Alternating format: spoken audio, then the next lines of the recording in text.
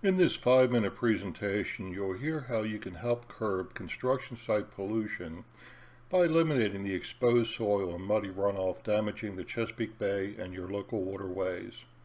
You don't have to open your wallet or checkbook. Instead, you only need to take a minute to sign an online petition.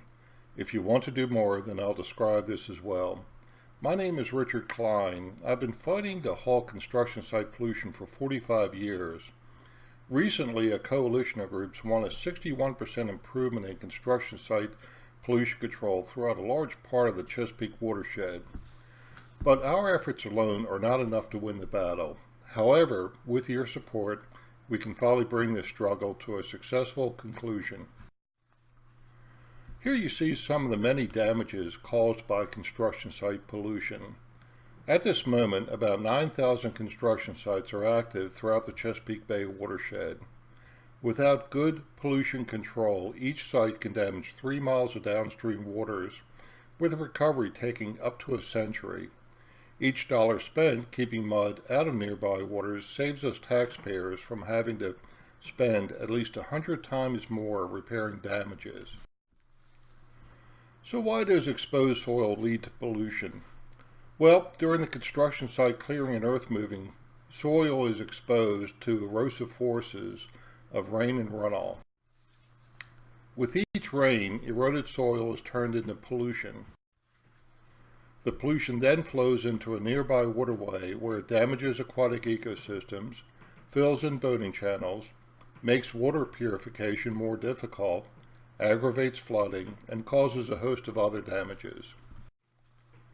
All 6 Bay watershed states have adopted laws that require minimizing pollution through erosion and sediment control measures.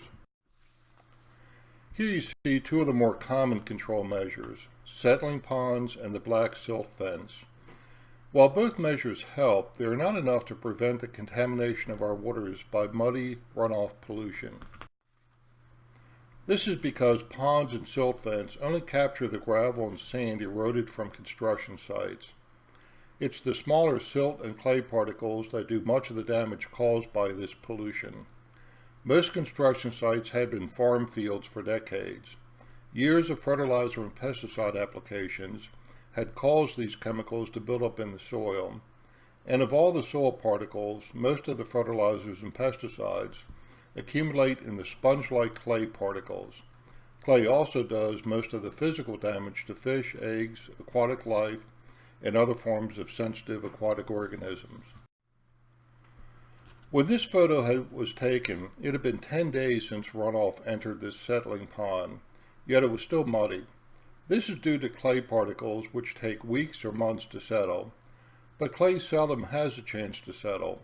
Instead, clay remains suspended until the next rain.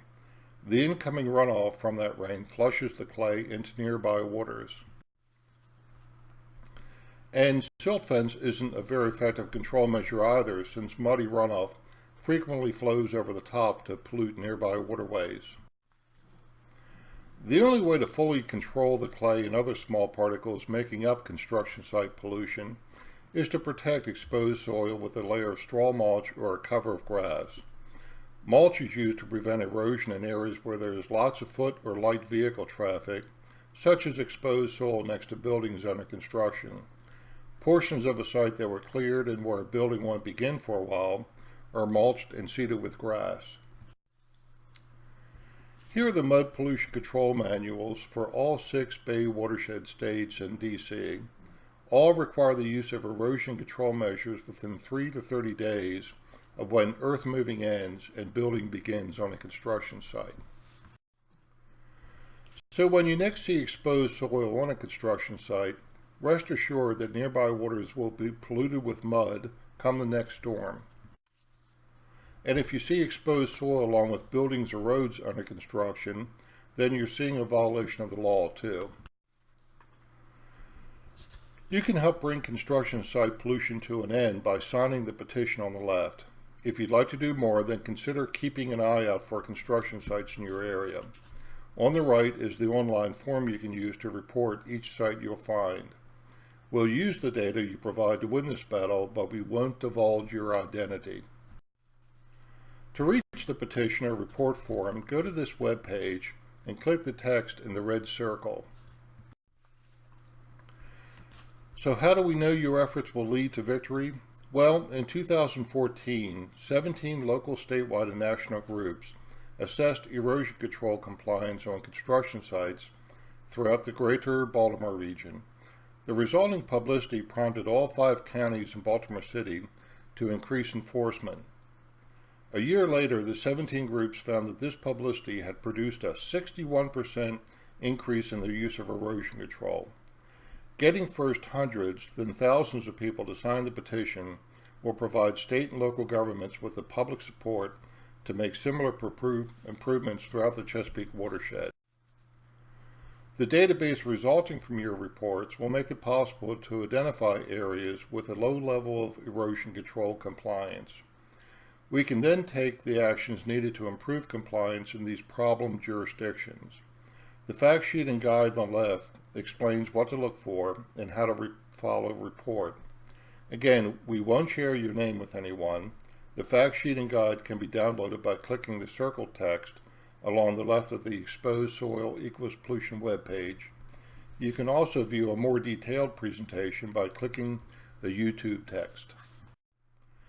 Thank you for taking the time to view this presentation.